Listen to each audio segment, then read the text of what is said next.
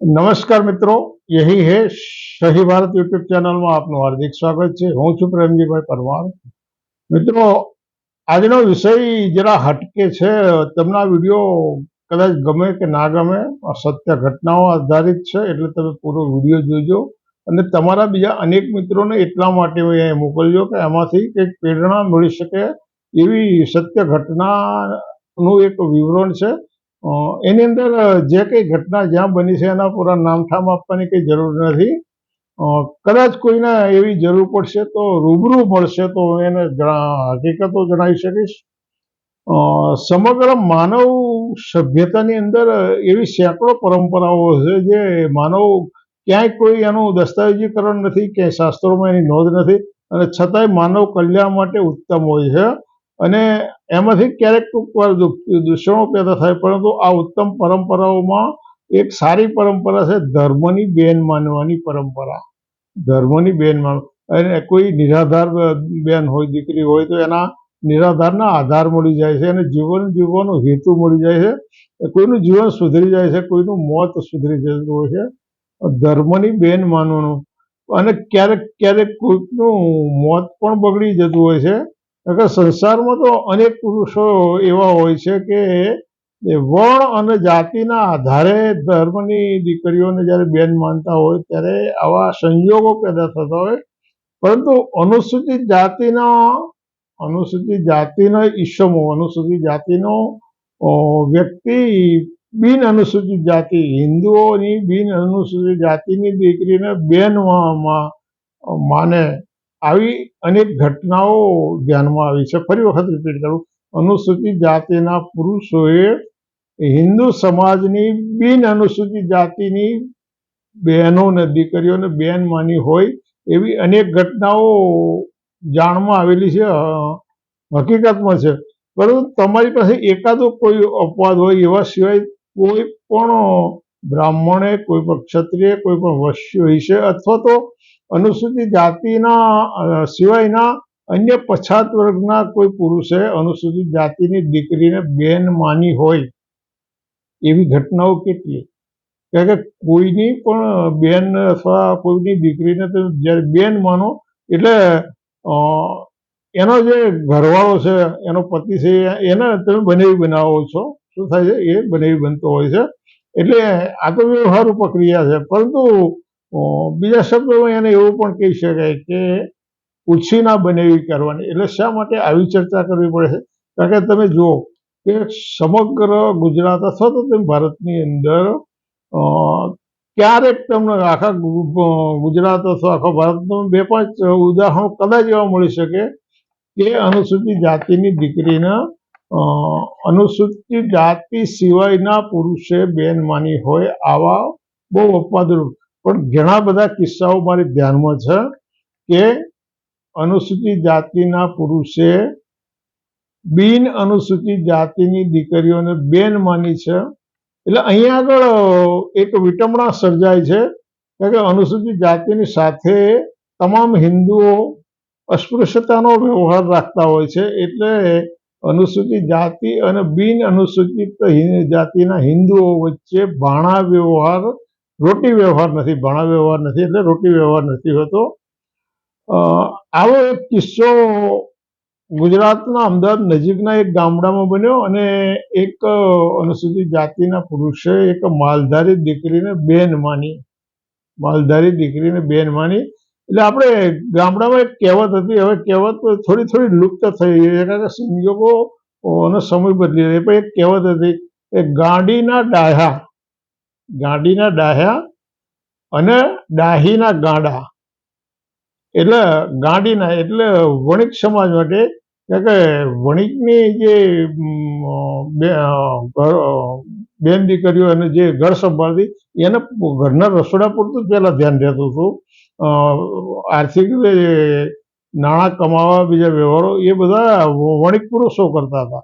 એટલે ગાંડીના ડાહ્યા એટલે વણિક દીકરીઓને પહેલાં ગાંડી ગણવામાં આવી, એટલે એના આધારે કહેવત બનાવી। અને ડાહીના એટલે જે માલધારીની દીકરીઓ વહુઓ હોય, એ તમામ એના ઘરનો તમામ વ્યવહાર સંભાળે અને પુરુષોએ માત્ર ને માત્ર ઢોરની પાછળ એને બીજી કોઈ ખબર જ ના હોય, એને બીજી ખબર ના હોય. એટલે આખી કહેવત 50-100 વર્ષ પહેલા અમલમાં આવેલી, અને એ વખતે વાસ્તવિક હતી. જો કે અત્યારે સમય બદલાઈ ગયો, સંજોગ બદલાઈ ગયો, એટલે આ પ્રક્રિયા રહી નથી.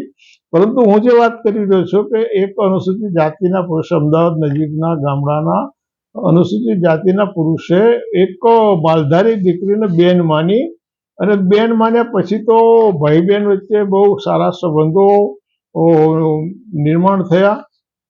સારા સંબંધો નિર્માણ થયા પછી આ ભાઈશ્રી હતા, એની માતાનું અવસાન થયું, એટલે માલધારી દીકરી બીજી અનેક એની સમાજની દીકરીઓને લઈ અને કાણે મોકાણે આવ્યા, અને રોવા કકડવાનું હતું. એ તો એને ખૂબ એ કર્યું. એટલે એકબીજાની અંદર બહુ આત્મીયતા હોય એવા પ્રકારના સંબંધો થયા. અમુક વર્ષો પછી આ જે માલધારી દીકરી હતી એના દીકરીનું કોઈ લગ્ન આવ્યું, એટલે જે એનો અનુસૂચિત જાતિનો જે માનેલો ભાઈ હતો એને મામેરું મૂકવાનું હતું. એણે મામેરું લઈને એ ગામમાં ગયો, એના પોખણા એટલે સ્વાગત થયું. ત્યાં બે જગ્યાએ આ શબ્દ પ્રયોગ છે, પોખવું, જાન પોખવી અથવા તો મામેરું પોખવું. એટલે ગામનું અથવા તો અમુક સમાજના અમુક અલગ અલગ તોરણો હોય, અને ત્યાં આગળ આ રીતે સ્વાગત થતું, એને પોખવું કહેવામાં હતું. એટલે મામેરાનું પોખણું થયું, બધું થઈ ગયું. પછી એ જે માલધારી સમાજના લોકોએ અંદરો અંદર ચડસા ચડસી કરી, અને એમ કે આ જે પેલા શબ્દ પ્રયોગો થતા હતા, એમ કે આના આપણા ઘેર પહોંચવાનો, આના આપણા ત્યાં માન સન્માન. એટલે આ અનુસૂચિત જાતિના નાગરિકો જે મામેરું લઈને ગયા હતા એની ઉપર હુમલો થયો. એણે રાત્રે એ ગામ છોડી દેવું પડ્યું, વળી પાછા આ બધા લોકોની પાસે તો કેવી એમના મૂલ્યો માન્યતાઓ જુદી હોય, એટલે એને એમ માની લીધો પુરુષે કે મારી આબરૂ ગઈ, મારે મોં બતાવવા જેવું થયું. એટલે એને એ પોતાનું જે કર્મભૂમિ હતું, પોતાનું ગામ હતું, છોડી દીધું, અને બીજા ગામમાં 50 કિલોમીટરના દૂરના ગામડામાં જઈને એને મજૂરી, અહીં પોતાના વતનમાં મજૂરી કરતો, બીજા ગામમાં જઈને મજૂરી કરવાની. ત્યાં આગળ એના સંસારિક જીવનમાં જે કંઈ દીકરાઓ જન્મ થયો, એમાં એક દીકરો બહુ ઉત્તમ કક્ષાનું, એનું માનસિક સ્તર ઉત્તમ કક્ષાનું હતું. એ ખેડા જિલ્લાની સારી હાઈસ્કૂલની અંદર ભણતો હતો. એ દીકરો સ્કૂલમાં જઈને આવે પછી એનું દફતર ફેંકી દેતો હતો. એ ક્યારેય વાંચવા નહોતો બેસતો, અને છતાં ઓલ્ડ એસએસસીમાં 67% લાવ્યો. કેટલા? 67% લાવ્યો. 67% લાવ્યો ને એટલે એને નોકરી માટે અરજી કરે, એને ઇન્ટરવ્યુમાં બોલાવે, એ સિલેક્ટ થઈ જાય. 2-4 મહિના 6 મહિના નોકરી કરે, અને પાછો એ નોકરી બદલે. અને ઘણી બધી નોકરીઓ બદલતા હવે એને એકાએક માલેતુજા થઈ જવાની ધંખના જામી, એને શોર્ટકટથી રૂપિયાવાળા થઈ જવું હતું. એટલે આવા લોકોને વળી પાસે આવા પ્રકારના લોકો મળી જાય, અને એક આખી ટોળકી, એક સિન્ડિકેટ બનીને, આ સિન્ડિકેટે એક બેંકમાંથી ડીડીની બુક, હું જે કહી રહ્યો છું મને કાનૂની બાધા આવશે કે એને ધ્યાનમાં રાખીને, કારણ કે આ પોલીસ દફતરે નોંધાયેલો કિસ્સો છે, અને આની ઇન્કવાયરી થયેલી છે. પરિણામ જે આવ્યું હોય એથી મને એ નથી, કારણ કે પરિણામ સાથે મારે લેવા દેવા નથી. પણ જે હકીકત બની, આ લોકોએ બેંકમાંથી ડીડી ચોર્યો, અને બેંકનો જે મેનેજર હોય એવા જ બનાવટી રેકોર્ડો ઊભા થઈ, અને આમણે 75 લાખ રૂપિયાનું ફ્રોડ કર્યું. કેટલા? 75 લાખનું ફ્રોડ કર્યું. ફ્રોડ કર્યા પછી જે મેઇન સૂત્રધાર હતો, જેની વાત આપણે કરી રહ્યા છીએ, જે ભાગેડુ પિતા હતો, એનો દીકરાએ 50% રકમ એણે રાખીને 50% એના જે સાગરીતો હતા એને જે આ ભાગબટાઈ થઈ, એની અંદર અસંતોષના કારણે એમની ટોળકીના એક માણસે પોલીસને જાણ કરી, અને આખું કૌભાંડ બહાર આવ્યું. પરંતુ આની અંદર એક તાજુબી એ હતી કે એમણે જે સહીઓ, બનાવટી સહીઓ ગમે તેથી ક્યાંથી કરાવી હોય, એટલે જેના નામની બનાવટની સહી હતી એ વ્યક્તિ પણ એવું, મેનેજર એવું કહેતો કે આ સહી મારી છે, ખરેખર એ સહી આટલી અફલાતુન સહીઓ કરાવી હતી એવું કાન મેં સાંભળ્યું, મેં જોયું નહોતું. પરંતુ કેસ પુરવાર થયો કે ના નહોતો થયો, પરંતુ આ જે મુખ્ય સૂત્રધાર હતો આ આખા કૌભાંડનો, એની નોકરી ગઈ અને એ પછી સંજોગો એવા નિર્માણ થયા કે ફરી એ નોકરી કરવા લાયક ના રહ્યો. નોકરી કરવા તો લાયક ના રહ્યો, પણ પછી તો શું થયું, જ્યારે એના આ 40-50 લાખ રૂપિયાના હાથમાં આવ્યા એટલે એણે એક સારી ગાડી, એક મારુતિ ફંટી નીકળી હતી, મારુતિ ફંટી એણે ખરીદી અને ભાડેથી છોકરીઓ લઈ અને ફરવા માંડ્યો અને સારી અમદાવાદની સારી સારી હોટલોમાં એણે આ રીતે જલસા કરવા માંડ્યા. પૈસા હતા ત્યાં સુધી વાપર્યા, પૈસા જતા રહ્યા પછી તો એની પાસે કોઈ આવકનું સાધન ન રહ્યું. એણે કોઈ એવું સોર્સ ઊભા નહોતા કર્યા કે એ સારી રીતે કમાણી કરી શકે. એક બાજુ એની પર પોલીસ કેસ થયા હતા. પછી આ માણસ દારૂના રવાડે ચડ્યો. દારૂના રવાડે ચડ્યા પછી આની ઉપર 1 કરતાં વધારે પોલીસ કેસ થયા અને જ્યારે એને કોર્ટમાં રજૂ કરવામાં આવે ત્યારે એ જજની સામે ફાંકડું અંગ્રેજી બોલીને એટલી બધી સારી નરસી ચર્ચાઓ કરતો કે જજ પણ એનાથી અકળાઈ જતા હતા. એટલે જ્યારે એને કોર્ટમાં રજૂ કરવામાં આવે ત્યારે એક તાજુબભર્યો વિષય બની ગયો. પરંતુ સંજોગો છેલ્લે એવા નિર્માણ થયા કે આ માણસે, મેં એને 2 રૂપિયા ઉછીના, ભાડાના 2 રૂપિયા ઉછીના માગતા મેં જોયો છે. દારૂ પીધેલો હોય, એની પાસે પૈસા ના હોય, જવા માટેનું ભાડું ના હોય, એટલે 2 રૂપિયા એ ભાડાના સૂકતો મેં, જેની પાસે એક વખત 40-50 લાખ રૂપિયા હતા, ગાડીઓ હતી અને લાડીઓ લઈને ફરતો હતો, એ માણસના આ સંજોગો નિર્માણ થયા. એટલે આ વાત શા માટે કરવી પડી કે આની અંદર એક સાથે ઘણા બધા સૂચિતાર્થો રહેલા છે.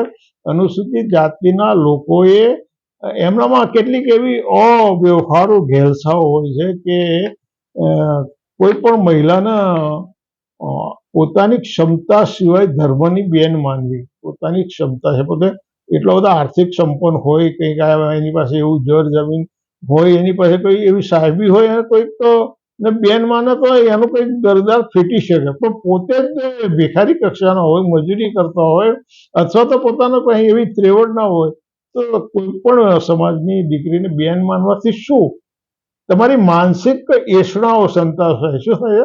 માનસિક કે મેં ફલાણા સમાજની મારી બેન છે એટલે એને ઉછીના બનાવી કર્યા હોય, એ વિશેષ કંઈ હોતું નથી. એટલે એક વસ્તુ તો આ અવ્યવહારુ ઘેલછા હોય. આ અવ્યવહારુ ઘેલછા જેને તમે ઉચ્ચ વર્ણ કહો છો એવા લોકોની અંદર નથી હોતી. બહુ અપવાદરૂપ કિસ્સાઓમાં આવું બની છે. એટલે એક તો આ અવ્યવહારુ ઘેલછા, પછી ખોટા મૂલ્યો અને માન્યતાઓ. આ બનાવ બન્યો એટલે પેલા એમ માની લીધું કે મારી આબરૂ ગઈ. જે ભાઈ ઉપર હુમલો થયો, જે મામેરું લઈ ગયો હતો, એને એમ માની લીધું કે મારી આબરૂ ગઈ, મારી આબરૂ ગઈ. પણ ખરેખર તો એના આબરૂ હતી જ નહીં. હકીકતમાં એના આબરૂ હતી જ નહીં. એટલે હવે હું કોને મોં બતાવીશ એમ કરીને એને રાતે ગામ છોડ્યું. એને રાતે પોતાનું ગામ છોડ્યું અને એ પછી એ એવા વાતાવરણમાં ગયો કે જ્યાં એકબીજાની માન મર્યાદાઓ નથી જળવાતી, એકબીજાની પાસે સારા સલાહ સૂચનો નહોતા મળતા અને મજૂરી કરવાની હતી. એટલે એના દીકરાની એ કેળવણી ના કરી શક્યો. એનો દીકરો શિક્ષણ મળ્યું હતું, એનો દીકરો ભણી શક્યો, એની કેળવણી ના થઈ અને એના કારણે એક હોનહાર વ્યક્તિત્વ, ખરેખર એક એટલો બધો સારો હોશિયાર છોકરો હતો, હોનહાર વ્યક્તિત્વ હતું.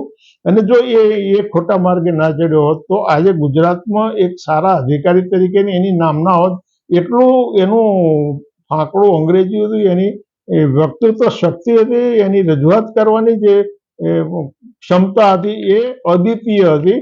પરંતુ નાણાં કમાવાના શોર્ટકટના કારણે, એટલે આમાં અમે આખી એક સત્ય ઘટના છે. જેને કોઈને જાણવું હોય તો રૂબરૂ હશે, એનો નામઠામ સાથે જણાવી શકે. પરંતુ એક અવ્યવહારુ ઘટનામાંથી કેટલા બધા દૂષણો પેદા થાય. અવ્યવહારુ વલણોમાંથી કેટલા બધા દૂષણો પેદા થાય છે અને કેવું પરિણામ આવતું હોય છે. અને એના માટે મેં એવું કીધું કે આ વિડીયોને તમે વધુમાં વધુ શેર કરજો. એટલે તમને યોગ્ય લાગે તો કરજો, ના કરજો તો તમારો વિષય.